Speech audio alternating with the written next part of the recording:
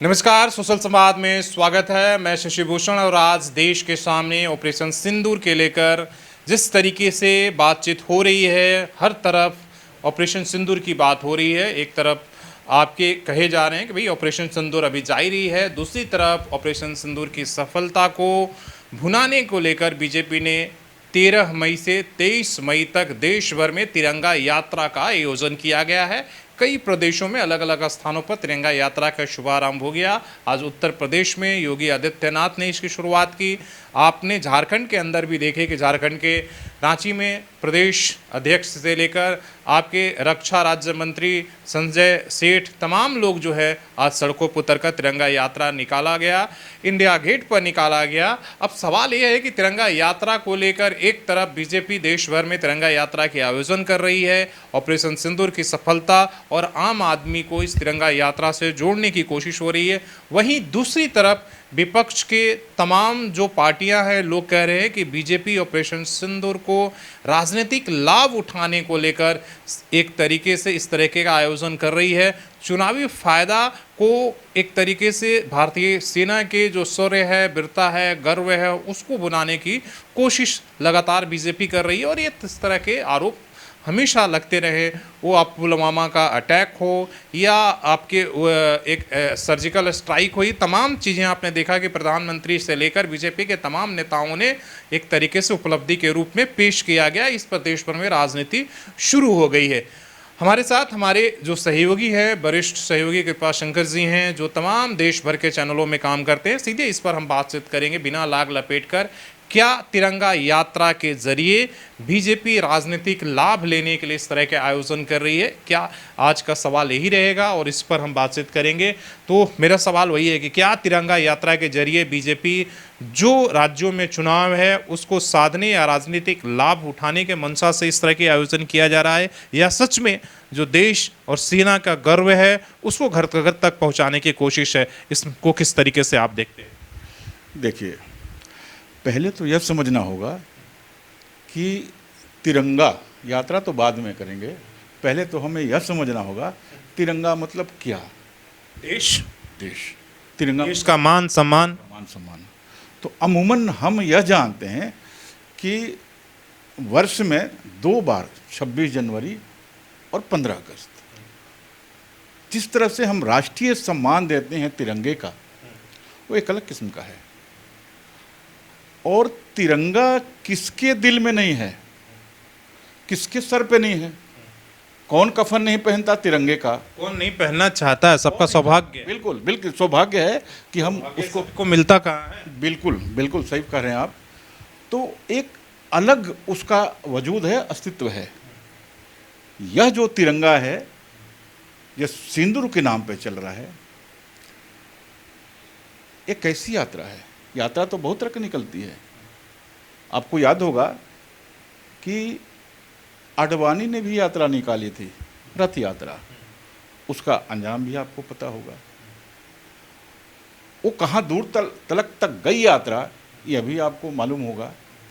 यह यात्रा दरअसल निकल रही, अच्छी बात है, निकले, लेकिन उस यात्रा के दरमियान जो सवाल उपजेंगे, आम सवाल, उनका क्या जवाब यात्रा निकालने वालों के पास होगा? यह सवाल महत्वपूर्ण होगा। तो उन सवालों का वे जवाब कैसे देंगे? आखिर आम लोग पूछेंगे कि इस यात्रा का मतलब, मकसद क्या है? और जो आपने युद्ध लड़ा, पहले तो अभी वो तो युद्ध कह भी नहीं रहे हैं, अब तो उससे भी पीछे हट गए कि यह तो युद्ध था ही नहीं। युद्ध तो घोषणा औपचारिक तौर पर नहीं हुआ था ना, तो आप कैसे युद्ध कह सकते हैं? नहीं कह सकते हैं हाँ, ये तो विशेष तौर पर एक ऑपरेशन विशेष कार्य के लिए लॉन्च किया गया था, जिसे कहा जा रहा है कि अभी भी जारी है आतंकवादियों को सफाया को लेकर। तो जब युद्ध नहीं था तो सीज फायर किस बात के लिए था? जब युद्ध था ही नहीं तो सीज फायर जो होता है किस लिए होता है? यह भी, उसका भी तो अर्थ हमें समझना पड़ेगा ना। जब सीज फायर का हम अर्थ नहीं समझ पा रहे हैं या नहीं समझा पा रहे हैं, तो फिर तिरंगा अर्थ तिरंगा यात्रा का अर्थ कैसे समझेंगे? नहीं, आपने जो सवाल ठीक है, उस पर भी हम लोग विषय पर ये करेंगे, लेकिन सवाल सबसे पड़ा है कि इस तिरंगा यात्रा जो विपक्ष एक तरीके का आरोप लगा रहा है कि बीजेपी तिरंगा यात्रा के जरिए राजनीतिक लाभ उठाने की कोशिश कर रही है। अगर बीजेपी कर रही है तो क्या नुकसान क्या है? तिरंगा यात्रा ही तो निकाल रही है, आप भी तिरंगा यात्रा निकाल लीजिए, इसमें दिक्कत क्यों है? अगर आप जितना बोलेंगे उतना ही तो आपका नुकसान एक तरीके से होता रहेगा। जी, आप सही पॉइंट पे हैं। आप तिरंगा निकालिए यात्रा, विपक्ष भी निकाले तिरंगा यात्रा, कौन रोका, किसने रोका? किसी ने नहीं रोका। आप निकालिए यात्रा, लेकिन तिरंगा का मकसद भी होना चाहिए। आप केवल सिंदूर को भंजाना चाहते हैं और अभी आपने आपको दिख रहा है कि बुनाना चाह रहे हैं? बिल्कुल बुनाना चाह रहे हैं। शिवसेना का तो यहां तक कहना है कि यह एक राजनीतिक स्टंट है। शिवसेना तो यहाँ तक कह रही है कि भी शिवसेना तो लगातार बीजेपी के हर एक्शन को लेकर टिप्पणी करती रही, खासकर संजय राउत को लेकर। आपने देखा सिजफायर भी हुआ तो उन्होंने किस तरीके से कटाक्ष किया, और देखा ये जा रहा है कि विपक्ष जितनी भी चीज़ों को एक तरीके से बीजेपी के ऊपर, प्रधानमंत्री के ऊपर कटाक्ष करती है, उसका फ़ायदा कहीं ना कहीं बीजेपी को मिलता है। और इस बात को भली भांति बीजेपी कहीं ना कहीं जानती है कि हम इस तरह की चीज़ें करेंगे और विपक्ष अगर बोलेगा तो उससे कहीं ना कहीं उसके बोलने से फ़ायदा होगा, उसी का नुकसान होने जा रहा है। देखिए, जो आपने सवाल उठाया है, मैं एक थोड़ा सा एक उदाहरण में पीछे की तरफ जाऊंगा, लेकिन उदाहरण बड़ा मज़ेदार उदाहरण बताऊंगा मैं। एक बार का वाकया है कि प्रधानमंत्री नरेंद्र मोदी का इंटरव्यू ले रहे थे जोशी जी, प्रसून जोशी, जिसमें उन्होंने पूछा मोदी साहब से कि लोग आपको इतनी गालियां देते हैं, गालियां शब्द का इस्तेमाल किया, गालियां तक देते हैं और आपको बहुत बहुत बुरा इंसान मानते हैं, लेकिन आप हंसते हैं, आप इनको कैसे लेते हैं? नरेंद्र मोदी ने कहा, जवाब दिया कि देखिए ऐसा है, मेरे जन्मपत्र में लिखा हुआ है कि मुझे जितनी गालियां दीजिएगा उतना मैं मजबूत होता जाऊंगा, जितने मुझे बुरा इंसान कहिएगा मैं अच्छा इंसान बनता जाऊंगा। यह नरेंद्र मोदी का कहना है। वो मैंने उन्होंने देश और आम आदमी का नब्ज को जान गया, समझ गए हैं, इसीलिए इस तरीके की बातों की जब अगर हम कोई एक्शन उठाते हैं, अगर आप बोलेंगे या उस पर सवाल करेंगे, और हुआ भी यही।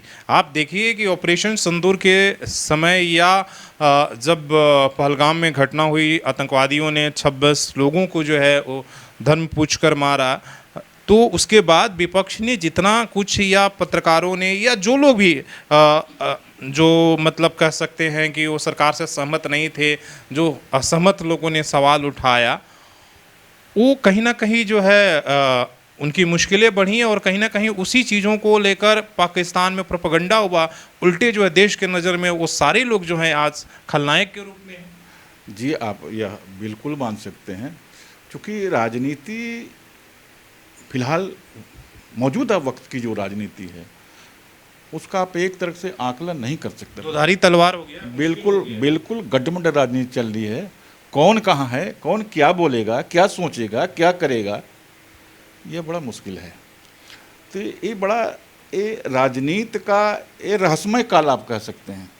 जितने लोगों ने सवाल उठाया सरकार से, हालांकि ये नहीं कहा जा सकता है कि लोकतंत्र में सवाल नहीं पूछनी चाहिए घटना का, लेकिन जितनी भी आलोचनाएं हुई, अब सब ये कहा जा रहा है कि भाई इन्होंने तो आलोचना करके देश को ही कमजोर कर दिया, इन्होंने सवाल उठाया, इसलिए कि इनकी वीडियोज़ को उठाकर आप देखिए कि पाकिस्तान प्रोपेगेंडा कर रहा है। जी, आप सही कह रहे हैं, क्योंकि ये हमारी कमियाँ हैं। हमारी राजनीति तो एक रूप नहीं हो सकता है, समरूप होगा, कई रूप होंगे, लेकिन कुल मिला के जो हमारी जो राजनीति है और जो हमारी समझ है वो थोड़ा सा ऐसे हालात में जा रहा है कि हम इसको स्पष्ट नहीं कर सकते, स्पष्ट ढंग से नहीं सोच सकते। और जब अस्पष्टता नहीं है तो वो उसको आप अंधेरा काल कह सकते हैं। आप आपके वाजिब सवाल भी जो है वो आपके लिए मुश्किल खड़े कर दे रहे हैं। बिल्कुल अजीब सवाल भी हैं, तो उसका जवाब भी देना बड़ा मुश्किल काम है। विपक्ष का काम तो सवाल पूछना, सरकार के ऊपर आरोप लगाना ही है, लेकिन अब यहाँ जो सोशल मीडिया के ज़माना है, इसमें तो कहा जा रहा है कि भाई ये तो देश के कमज़ोर करने वाले सवाल हैं। बिल्कुल, क्योंकि एक मीडिया का ऐसा ताना बाना इस काल में बन चुका है कि जिससे मुतल्लिक सवाल है, जिस मंत्रालय से मुतल्लिक सवाल है, जिस व्यक्ति से मुतल्लिक सवाल है, वह न दे के मीडिया जवाब दे रहा है। जो सवाल जवाब होना चाहिए, सीधे रूबरू होना चाहिए, उसके पहले मीडिया आता है। और मीडिया ही नहीं, आप जिस सीज फायर की बात कर रहे हैं, हिंदुस्तान पाकिस्तान के युद्ध नहीं हुआ, लेकिन सीज फायर तो हुआ। सीज फायर हुआ तो सीज फायर किन के बीच होता है, इसकी मुनादी कौन करता है, इसको कौन उद्घाटित करता है कि हम सीज फायर करने जा रहे हैं। लेकिन सीज फायर भी एक मजाक बन के रह गया। यह तीसरा व्यक्ति यह कह रहा है कि सीज फायर होने जा रहा है। ये व्यक्ति कौन है, उसकी हैसियत क्या है, और यह कह रहा है कि बाजार गड़बड़ ना हो जाए, बाजार ठीक ढंग से चले, इसलिए यह सीज फायर करना बहुत ज़रूरी है। वो बाजार की तरफ देख रहा है, वो देश की तरफ नहीं देख रहा है। और वैसे देश से हमारी एक तुलना कर रहा है जिसको हम, खुद बेचारा घुटन में देश है, एक छोटा देश है, वो खुद युद्ध के पहले भी कह रहा है कि हमारे पास लड़ने के लिए कुछ नहीं है, वह कटोरा लेके बैठा हुआ है कि डालो ताकि हम कुछ युद्ध कर सकें। युद्ध कर भी रहा है। जिस दिन राष्ट्र के नाम संबोधन किया प्रधानमंत्री नरेंद्र मोदी ने, तुरंत बाद उसने ड्रोन छोड़ना शुरू कर दिया जम्मू कश्मीर और पंजाब के इलाकों में। तो कैसा सीज फायर है। तो देखिए, सीज फायर को लेकर तमाम लोगों ने, जो सरकार के समर्थक थे, उन लोगों को भी हालांकि नाराज़गी हुई और कई लोगों ने सवाल ज़रूर उठाया। लेकिन अब बात यहाँ तिरंगा यात्रा की कर रहे हैं, जो देश भर में तिरंगा यात्रा बीजेपी के द्वारा जारी है, हर जिला हर तहसील में जारी है। झारखंड से लेकर, झारखंड में भी 15 मार्च को यहाँ पर किया जा रहा है। इससे पहले आज रांची में आप देखा तो सवाल विपक्ष यही उठा रहा है कि क्या ये तिरंगा राजनीतिक लाभ उठाने के लिए बीजेपी इस तरीके का ऑपरेशन सिंदूर का इस्तेमाल कर रही है, सेना के शौर्य और गौरव को इस्तेमाल कर रही है। तो वैसे में अगर बीजेपी कर रही है और विपक्ष तमाम सवाल ये उठा रहे हैं, इस पर आपकी क्या राय है? आप अपनी राय दे सकते हैं। किस तरीके से इस आलोचना को आप ले रहे हैं? क्या ये सही कदम है या इस समय होना चाहिए या नहीं? वो तमाम टाइमिंग को लेकर सवाल कहे और जा रहे हैं। तो आप अपनी राय ज़रूर दीजिएगा। धन्यवाद।